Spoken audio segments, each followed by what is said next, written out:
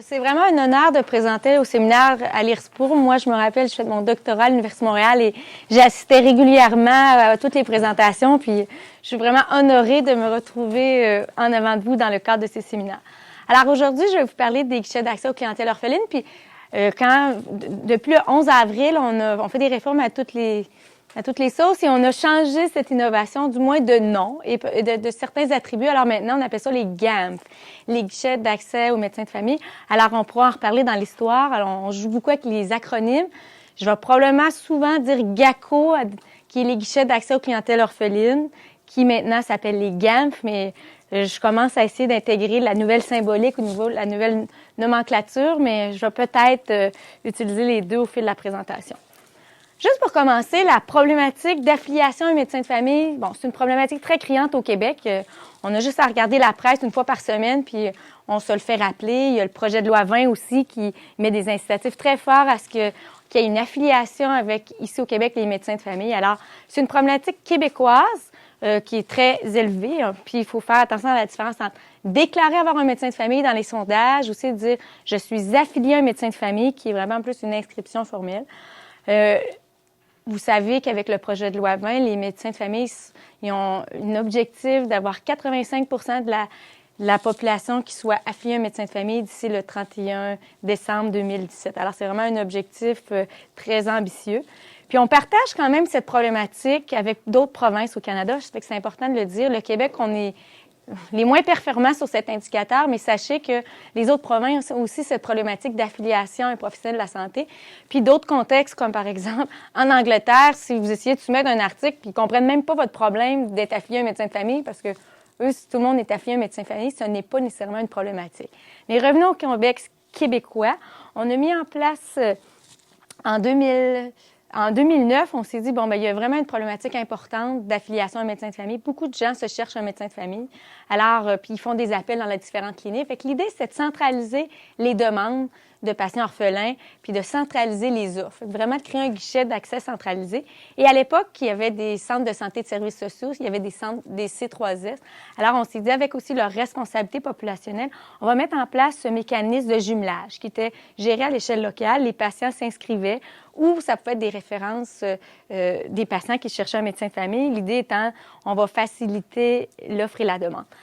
Il y a eu beaucoup de changements depuis leur mise en place, mais l'idée, c'était vraiment, d'une part, d'aider les patients orphelins à trouver un médecin de famille. Et d'autre part, on s'est dit, bon, on n'a pas nécessairement des médecins de famille pour tout le monde. Commençons par prioriser les patients qui ont un besoin plus urgent.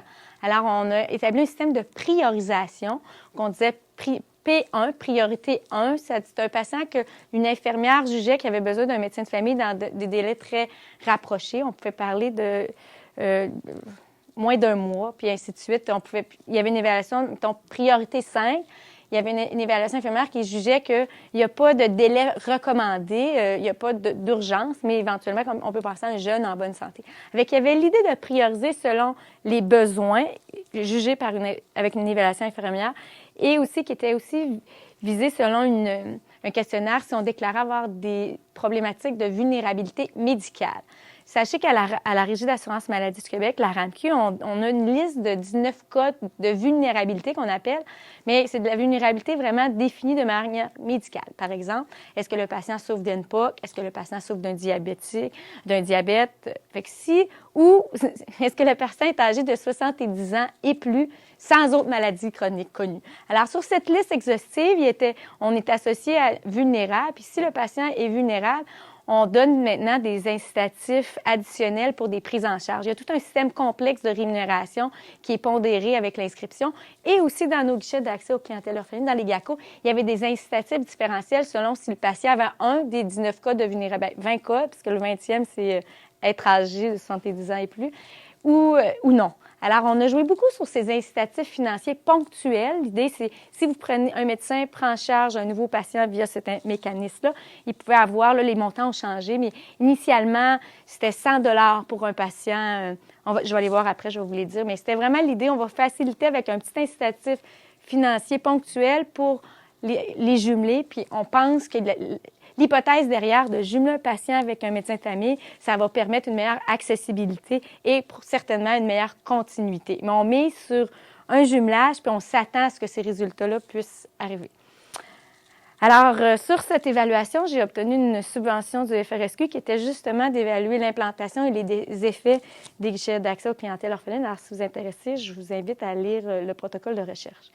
Pour les fins de la présentation aujourd'hui, j'ai 3 objectifs, puis c'est pas exactement les objectifs qui étaient initialement dans le projet de recherche, puis je vous expliquerai pourquoi on a adapté ces objectifs, on veut bien y répondre, mais on a beaucoup d'obstacles pour avoir les données empiriques pour y répondre. Alors, pour aujourd'hui, j'aimerais dresser un portrait de l'évolution des GAMF ou des GACO depuis leur création en 2008 jusqu'à le 31 mars 2016, alors jusqu'à tout récemment. Je vais regarder aussi, est-ce qu'il y a des délais de référence à un médecin de famille selon différentes caractéristiques des patients? Et on va terminer par regarder, est-ce qu'il y a des variations dans la participation des médecins à ces guichets-là, parce qu'on comprend que c'est beaucoup dépendant de la participation des médecins. Alors, rapidement, quand je vous ai dit, il y a eu beaucoup de changements. On a joué tant sur les règles de fonctionnement, les incitatifs depuis leur implantation. On a implanté les GACO en 2008, puis l'idée, c'était vraiment, les incitatifs étaient seulement pour les patients qui étaient dits vulnérables et ils étaient aussi en 2 moments. Ça, c'est important parce que le médecin de famille recevait un incitatif financier, un montant de 50 $ à la première visite et l'année suivante, au moment d'une visite suivante, il y avait un autre incitatif. Puis je pense que c'était la notion vraiment de s'assurer d'une continuité relationnelle. Puis il y a eu beaucoup de tractations et de négociations. Sachez que c'est une innovation qui a été négociée et développée en collaboration FMOQ et le ministère de la Santé. Alors, ça peut expliquer un peu ces règles de fonctionnement. En novembre 2011, on a ouvert à tous. On s'est dit, bon, ben il y a les patients qui sont vulnérables, mais les gens en santé, ils ont aussi besoin, jeunes, d'avoir un médecin de famille. Alors, on voulait encourager l'inscription. Alors, on a ouvert à tous, puis on a joué sur les incitatifs. On a dit, bon, ben un montant de 100 $ pour les patients non vulnérables et les patients vulnérables, 200 $. Puis à ce moment-là, il n'y avait pas beaucoup de règles d'encadrement. Puis je suis certaine que on a entendu des échos. Le plus médiatisé, c'est Dr Bolduc. On a vu qu'il a pris en charge 1500 nouveaux patients. Je ne sais pas qui en ont entendu parler avec les incitatifs financiers, mais il y avait vraiment beaucoup pas de déviance, mais les règles le permettaient. C'était légal, puis on pouvait avoir une clientèle, puis faites les calculs assez rapides. Si chaque nouveau patient en santé, c'est 100 $, 200 $ pour les gens plus vulnérables. Puis plus vulnérables que c'était un diabète versus une santé mentale, ils étaient tous sur les mêmes incitatifs. Alors, suite à de nombreuses critiques, puis à ce moment-là, on va voir, il y a aussi l'autoréférence qui était permis. C'est pas mal ce qui explique aussi l'inscription via les guichets d'accès aux clientèles orphelines. L'autoréférence, en fait, c'est un médecin qui pouvait voir un patient sans rendez-vous et dire « Ah, bien parfait, vous êtes orphelin, OK, je vais vous inscrire. » Fait que s'il y avait une prévisite, il l'inscrivait dans le guichet d'accès et à ce moment-là, il y avait aussi l'incitatif. Alors, on a vu exploser d'une fois les coûts et aussi ce qu'on a pu voir, c'est il y avait beaucoup d'autoréférences qui expliquaient le volume des GACO, mais en même temps, les personnes qui avaient pris la peine de s'inscrire, qui attendaient, bien, ils passaient pas. Fait qu'on a resserré aussi suite à certaines critiques. Et en novembre 2015, on a resserré, en juin 2013, les médecins il y avait un plafond qui fait utiliser les incitatifs financiers du GACO jusqu'à la concurrence de 150 nouveaux patients. Et on a essayé de moduler avec des super vulnérables. On a créé une catégorie, je pense, ces problèmes de toxicomanie ou s'il y a des problèmes de récidivants, de dépression. Parce qu'on voyait que, indépendamment, il est encore plus marginalisé, ces patients-là, quand une fois qu'ils étaient identifiés avec ces problématiques-là, ils attendaient beaucoup plus longtemps. Alors, on a essayé de mettre des incitatifs un peu plus pour cette clientèle-là. Et tout récemment, en novembre 2015, on a changé les règlements. Puis là, on a ramené des incitatifs pour les non vulnérables à un petit montant. Puis c'est le même montant. Si un médecin de famille inscrit un patient orphelin dans sa clinique ou via le GACO, c'est un petit montant. Et vraiment, on laisse un montant plus intéressant pour une clientèle vulnérable qui vient du GACO. Et les très vulnérables, on garde la même logique. Peut-être ce qui est important aussi, les nouveaux facturants, les nouveaux médecins de famille qui arrivent sur un territoire, eux, ils sont exemptés du plafond de 150 patients. Alors, si vous voulez, ils peuvent se partir en affaires avec une clientèle du GACO, avec les incitatifs qui sont liés. Et tout récemment, 11 avril, on a resserré encore plus les règles de fonctionnement. On a changé le nom, d'une part, on appelle plus ça des GACO, mais les GAMF. Puis, le changement majeur qui a été fait, c'est avant, les GACO ont toujours été une inscription dans les 94 ou 93 C3S. C'était à l'échelle locale. Le patient avait à trouver soit le numéro de téléphone du GACO ou le bon formulaire de son C3S. C'était des listes d'attente ou des listes qui étaient gérées par un système qu'on appelait SIGACO, Système d'information des guichets d'accès aux clientèles orphelines. Puis, ce qu'on a créé maintenant, c'est une inscription provinciale. Alors, un seul numéro, une seule adresse, les patients s'inscrivent. Puis, ce qui permet, par contre, un avantage, c'est que la liste est en temps réel. Parce que SIGACO, une fois que la secrétaire t'inscrit, 2 ans plus tard, l'information n'était pas mise à jour. Alors, si vous trouvez un médecin de famille durant ces 2 ans-là, la personne était toujours en attente dans le GACO qu'elle s'était inscrite. Alors, on avait souvent des listes historiques qui ne reflétaient pas nécessairement la réalité. En plus de centraliser, qui est probablement une bonne idée, on a resserré les règles de fonctionnement. Puis là, c'est vraiment les médecins, dans leur clinique, ils peuvent prendre, je dirais, ils peuvent prendre 15 nouveaux patients orphelins. Puis là, on les distribue selon 2 priorités 1, 2 priorités 2, 3 priorités, jusqu'à 15. C'est vraiment de faire une distribution, puis on n'est plus sur les codes diagnostiques. Le patient ne peut pas dire « Ah, j'ai une expertise en santé mentale » ou « Gaffe, j'ai vraiment pas d'expertise en santé mentale, de moi pas de cas », ce qui était très fréquent avant. Là, c'est vraiment une boîte de chocolat, on prend les 15 des saveurs différentes, puis quand on a pris ces 15-là, on peut demander une autre boîte. Là, il semblerait qu'actuellement, là, ça fait juste seulement 2 semaines, fait que c'est difficile de rapporter, mais j'ai rencontré quelques médecins, puis ça semble mal commencer, si vous voulez. Il semblerait que maintenant, on n'est plus nécessairement sur les territoires de 6 ou de C3S, mais à 40 km géographiques. Puis là, ce que je vois, c'est qu'il y a des médecins à Montréal qui ont des patients qui sont sur la Rive-Sud. Alors, il y a vraiment j'imagine, des bonifications à faire. Mais sachez qu'on fait un projet de recherche pour vraiment s'adapter. Depuis que je l'ai, les règles changent. Très intéressant, mais ça nous permet de... Alors, je vais passer un peu vite, mais aujourd'hui, la méthodologie que j'utilise, on a fait des entrevues, je ne vais pas parler du volet qualitatif.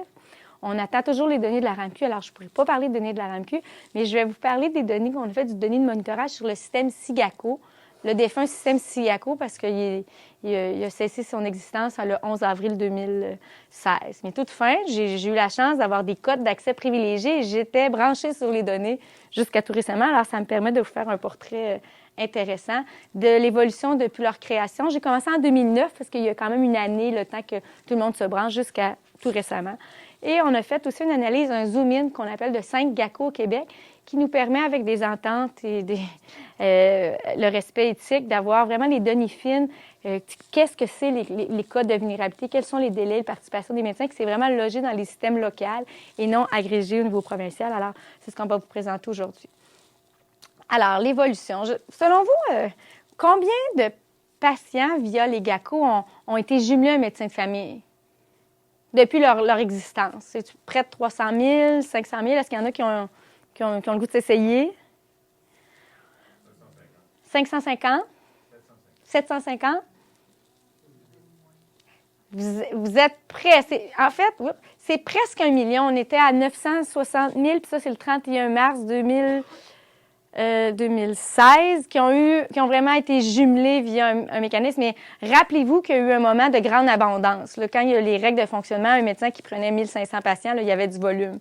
Mais pensez aussi qu'il y a eu énormément de ressources financières dans cette période et qu'il y a quand même près d'1 million de personnes qui ont trouvé un médecin de famille via ce mécanisme-là. On a fait une analyse justement dans la grande période de turbulence pour voir un peu l'impact de l'autoréférence.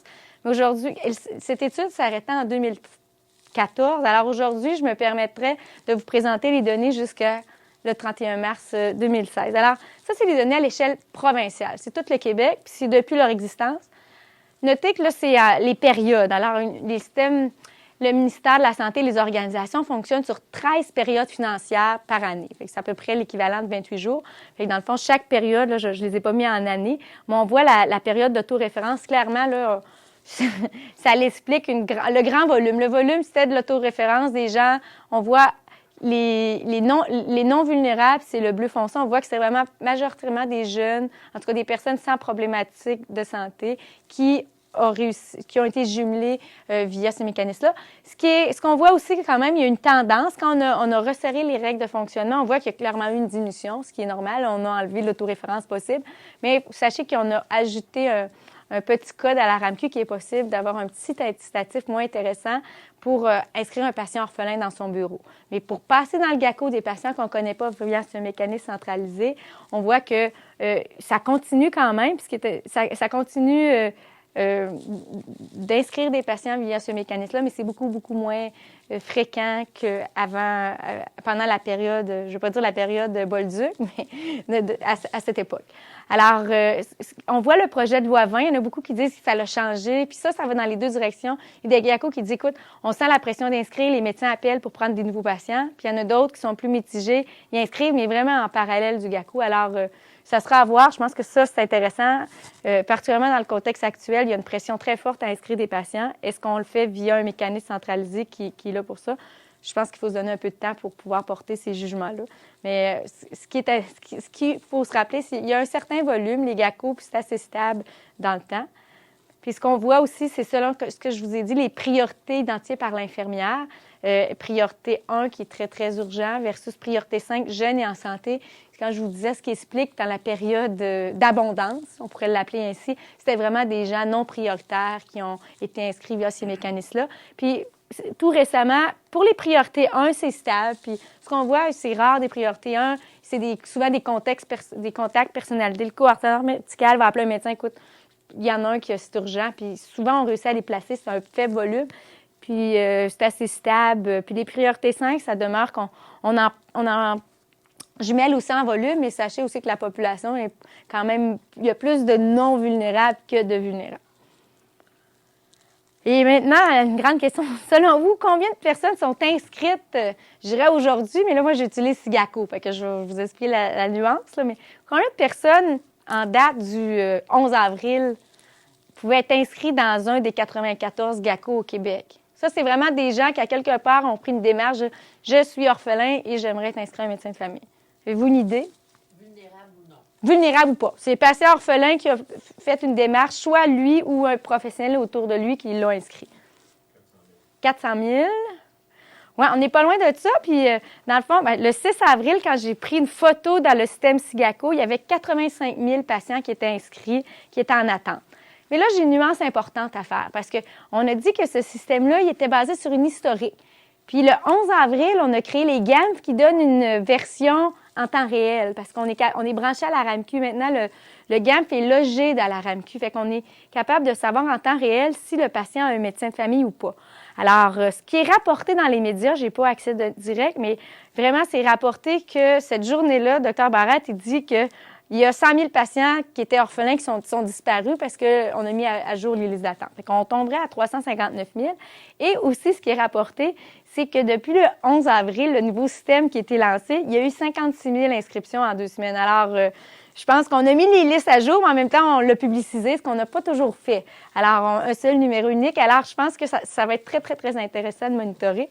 Puis là, ce que je vous présente là, dans le gros cercle, c'est un peu la distribution selon les priorités, mais là, c'est sûr que c'est une base historique. Fait que je pense que ce qui est intéressant, c'est que maintenant, on va pouvoir avoir ces portraits en temps réel. OK. Puis là, c'est juste un zoom très rapide. C'est par année, combien de patients ont été jumelés à travers ces mécanismes-là? Puis on voit que c'est quand même assez stable. Puis un peu plus au courant de la dernière année, mais c'est autour de 165 000 patients qui sont jumelés via ces mécanismes-là quand on enlève les années de grands jumelages. Fait que, on voit que c'est quand même stable. Puis il faut garder en tête qu'il y a un grand objectif d'inscription qui est beaucoup plus élevé qu'un 165 000 par année. Fait que ça, c'est intéressant. Fait que les constats, on augmente l'inscription clairement. La sortie est moins grande. Fait que le bain va finir par continuer de monter. Il faut vraiment travailler sur la sortie. L'objectif 2 maintenant, c'était vraiment de voir, parmi les gens qui sont jumelés, est-ce qu'il y a des différents délais qui sont expérimentés par les patients selon différentes caractéristiques? Alors, le premier, en fait, c'est 5 GACO de la région, 2 de Montréal et 3 de la Montérégie, puis c'est des GACO qui sont localisés dans des territoires assez urbains. Alors, on voit clairement que quand ils sont pondérés par 10 000 de population, ils ont des performances différentes. Il y a des guichets d'accès, il y a des GACO qui fonctionnent très bien, ils jumellent des gros volumes. Là, si on regarde D ou E, ils ont jumelé beaucoup de patients via ces mécanismes au courant de la dernière année. Ce que je vous présente, c'est le 1er avril 2014 au 31 mars 2015, fait que sur une année financière, leur portrait. Puis on peut voir que, par exemple, le territoire A, qui est un des territoires les plus populeux au Québec, clairement, c'est pas c'est pas un GACO c'est pas le mécanisme qui est utilisé pour essayer de jumeler les patients. Puis leurs listes d'attente sont autour, je pense, de 14 000. Alors, ils ont des possibilités d'amélioration. Puis quand on regarde, bien, dans les patients qui ont été référés, ça ressemble à quoi les codes diagnostiques? Puis ça, c'est intéressant parce qu'on voit clairement que les personnes âgées, c'est une des vulnérabilités qui est pas facile, mais qui est jumelée davantage. Puis mais ce qui est intéressant, si on regarde dans la population, c'est quand même les personnes âgées qui ont le moins de problématiques d'avoir une affiliation à un médecin de famille. Souvent, les personnes âgées, quand on regarde, 85 à 90 déclarent avoir un médecin de famille. Et dans ces mécanismes-là, les personnes âgées en santé, il y a quand même beaucoup de volume par rapport à cette problématique-là. Puis sinon, c'est vraiment diabète aussi, il passe beaucoup. Puis ce qu'on n'a pas fait, par contre, je ne vous présente pas les doubles diagnostics et ces choses-là pour des fins pédagogiques, mais on travaille là-dessus. Par rapport au délai, là, on regarde selon les 5 GACO qu'on a regardés. Puis on voit des profils différents, mais les délais pour la déficience intellectuelle, ça pose clairement un problème important. Et toxico, on le rappelle souvent, c'est des délais assez importants. Mais quand on regarde pour le cancer, souvent, c'est codé prioritaire et c'est pas un problématique d'avoir affilié un médecin de famille quand il y a une problématique de cancer. Mais ici, c'est pas nécessairement un nouveau cancer, ça peut être une historique de cancer, puis on regarde ce code de vulnérabilité. Fait qu'on voit qu'il y a des changements. On expérimente des délais, des médianes. Là, en blanc, c'est les médianes selon les problématiques, les codes de vulnérabilité que les patients ont. Par rapport aux priorités qui sont données par l'infirmière, bien là, on voit quand même un gradient. Puis ce qu'on voit aussi, c'est que priorité 5, quand même, qui n'est pas supposé d'avoir délai, on voit quand même des médianes assez longues. Là, des médianes de 800 jours, on peut penser que c'est pas... C'est un mécanisme. Les gens finissent par avoir un médecin de famille, mais clairement, c'est pas prioritaire. Puis quand c'est priorité 1, ça va bien. Il y a peu de volume, mais on réussit à les placer. Puis sinon, on peut avoir des médianes quand même jusqu'à 800 jours. Fait que c'est pas un mécanisme qu'il faut s'y inscrire, mais c'est long. Puis on a regardé aussi par rapport au code postal des patients, est-ce qu'il y a une association par rapport si on habite des quartiers plus défavorisés ou favorisés? On voit un petit gradient, mais surtout quand les patients qui sont non vulnérables, on voit vraiment un gradient qui ressort significatif si on habite un quartier favorisé ou pas. Mais cette différence s'estompe pour les gens vulnérables. Bon, c'est peut-être une bonne nouvelle. Si on est vulnérable au sens médical, il n'y a pas de différence si on habite un quartier favorisé ou pas, versus si on est non vulnérable, mais là, on voit vraiment une différence de délai pour être jumelé. Et finalement, je pense que j'ai encore 5 minutes. Plus que ça? Ah, OK. Je regardais votre horloge. OK. Alors, c'est intéressant de voir les volumes et tout ça, ça s'appuie aussi sur une prise en charge des médecins. Est-ce que les médecins participent? Alors, on peut imaginer que ce qu'on a vu, c'est qu'il y a des territoires qui avaient peu de patients qui ont été référés. On peut penser que les médecins participent moins. Fait que ce qui est intéressant, c'est de voir, clairement, il y a une différence de participation des médecins selon les territoires. Puis ce qui est en bleu foncé, c'est le nombre d'équivalents temps plein. Non, c'est l'inverse. C'est l'inverse, excusez. Le bleu pâle, c'est le nombre d'équivalents temps plein des médecins sur le territoire en première ligne. Fait qu'on peut penser que c'est la capacité de participation va être dépendante aussi. Si on est plus de médecins sur le territoire, ça va avoir un impact sur le volume de patients référés. Puis on voit qu'il n'y a pas de corrélation nécessairement. On voit que, par exemple, le territoire D, il y a 192 médecins qui ont un permis de pratique puis qui pratiquent en première ligne. Puis il y en a 125 médecins différents qui ont participé au courant de l'année. Tandis qu'un territoire, un des plus gros, qui a 166 médecins qui pourraient participer, il y en a 48 qui ont participé au GACO. Fait clairement, il y a une participation très variable selon les territoires. Puis je pense que ça, c'est important à noter. Fait qu'il y a un potentiel. Puis ça, c'est ça, c'est des médecins différents. Fait qu'on voit que sur un territoire local, ça joue autour de 50 à 60 médecins différents qui ont soit pris un patient au cours de l'année. Puis si on regarde, ils prennent environ en moyenne combien de patients, les médecins qui participent. On voit qu'il y a quand même une variation. Il y en a quand même plusieurs qui ont pris entre 1 et 5 patients.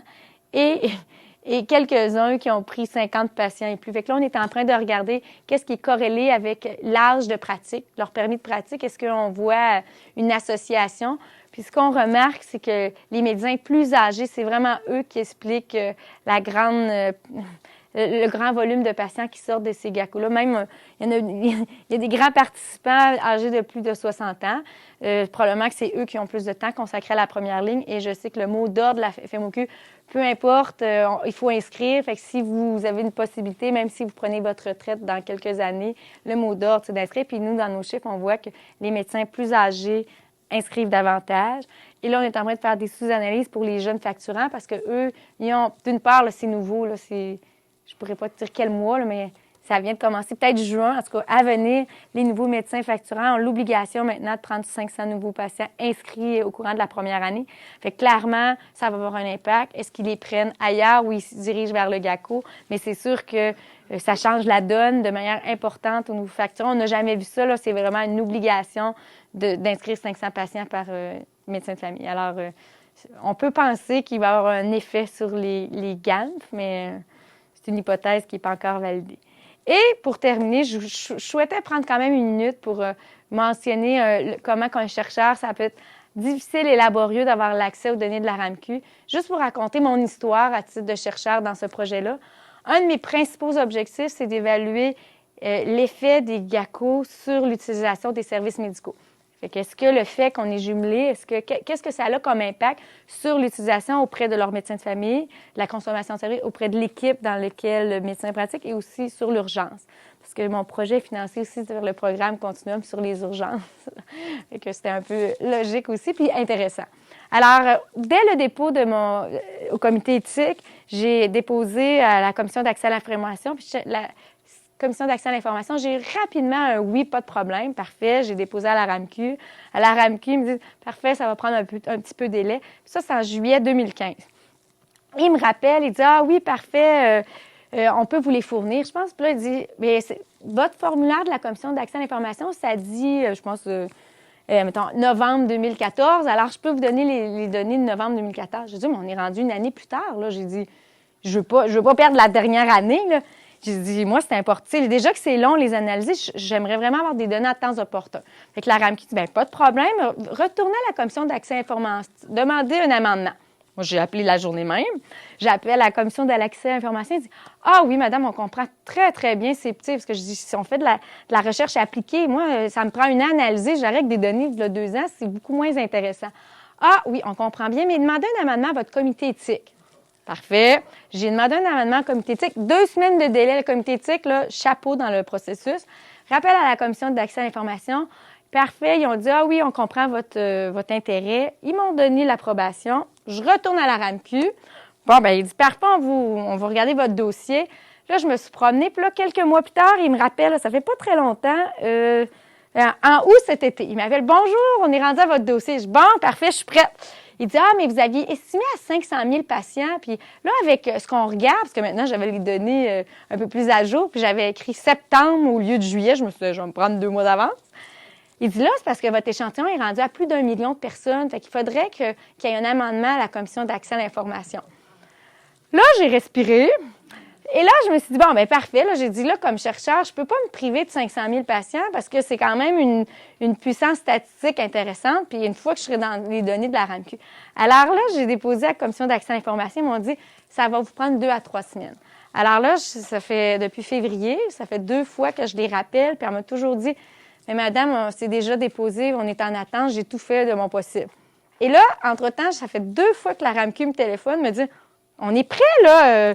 Qu'est-ce que vous attendez? Je dis oui, mais ça devrait prendre quelques secondes à la commission d'accès à l'information. Alors, je pense que je suis persévérante pour avoir des accès entendus. J'ai eu des opportunités d'avoir les données quand même, mais je trouve que ça vaut la peine. En tout cas, on pourra le voir. Peut-être que le projet va finir puis j'aurai pas les données, mais là, j'espère vraiment très bientôt avoir la commission d'accès à l'information qui me permette d'avoir les données les plus à jour. Puis je pense que c'est des trucs de chercheurs. Moi, j'avais mis une date en parenthèse dans mon protocole de recherche quand j'avais déposé en 2013. En parenthèse, j'avais mis 2014.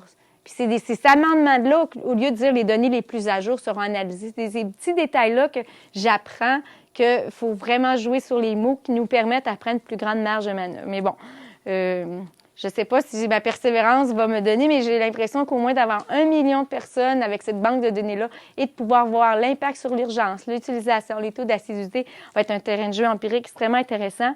Mais je veux dire qu'il faut être patient pour y arriver. Et pour conclure, en fait, j'analyse les GACO, les GAM. Ça se veut une innovation, en fait, temporaire. Théoriquement, un système, dans le fond, ne devrait pas mettre une innovation pour essayer de jumeler les patients orphelins avec un médecin de famille. Dans un système habituel, un médecin prenait sa retraite, il y avait un roulement. Mais là, on a créé les GAM qui se voulaient temporaires. Là, on l'a mis l'inscription au niveau provincial. On donne des rôles accrus aux coordonnateurs. C'est clairement une innovation qu'on veut rendre pérenne, on veut l'institutionnaliser dans notre système. Il y a des règles de fonctionnement strictes. Et dans un contexte du jamais vu, avec le projet de loi 20 des médecins, il y a une épée Damoclès avec un objectif très explicite d'inscription. Je pense que ça va être monitoré tant par le ministre. Est-ce que vous inscrivez, puis est-ce qu'il existe une liste d'attente actuelle en temps réel? Est-ce que vous y participez? Je pense que c'est des outils qui peuvent aussi être pertinent pour la population, mais aussi dangereux dans le contexte de négociation avec les médecins. C'est à suivre. Là, pour l'instant, la nouvelle transformation qu'on voit, en tout cas, pour l'instant, il y a beaucoup de critiques du corps médical par rapport aux nouvelles règles de fonctionnement. Là, c'est très difficile d'un recul parce qu'on est encore en avril, fait qu'on va se donner un peu de temps.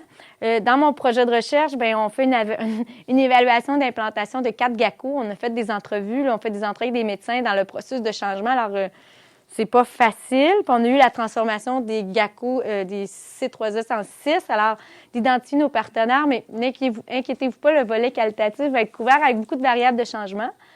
Et peut-être pour finir sur une excellente nouvelle, on vient d'avoir une subvention des IRSC pour faire une comparaison des modèles logiques de 6 guichets d'accès centralisés dans 6 provinces. Comme je vous l'ai dit, il y a différentes provinces qui ont mis en place ces mécanismes centralisés avec des règles de fonctionnement différentes, des stratégies.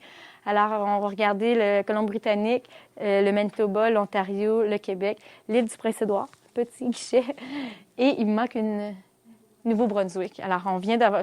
ça s'appelle un Quick Strike. On a obtenu la réponse le 30 mars, mais le financement commençait le 1er mars. Alors, j'ai déjà un mois théoriquement écoulé sur un échéancier. Fait que on va être quick.